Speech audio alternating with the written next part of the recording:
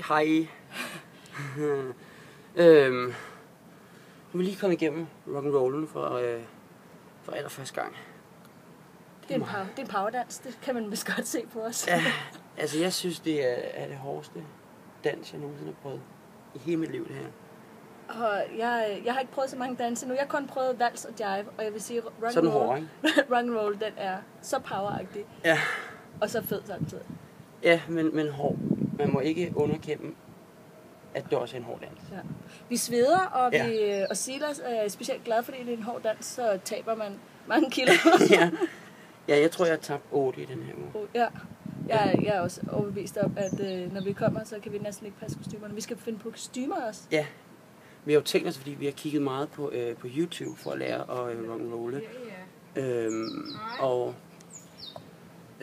Og så vi bare en masse klip.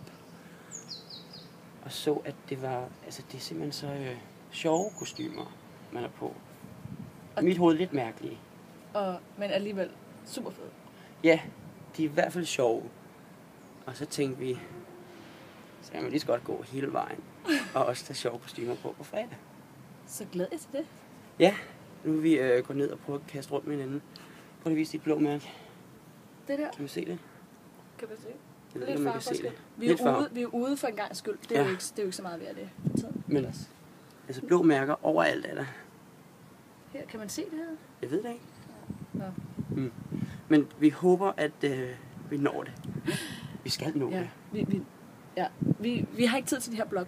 Nej, vi har ikke tid mere nu. Vi går ned og øver, og så glæder vi os sindssygt meget til at vise den på fredag. Hej hej. Hej hej.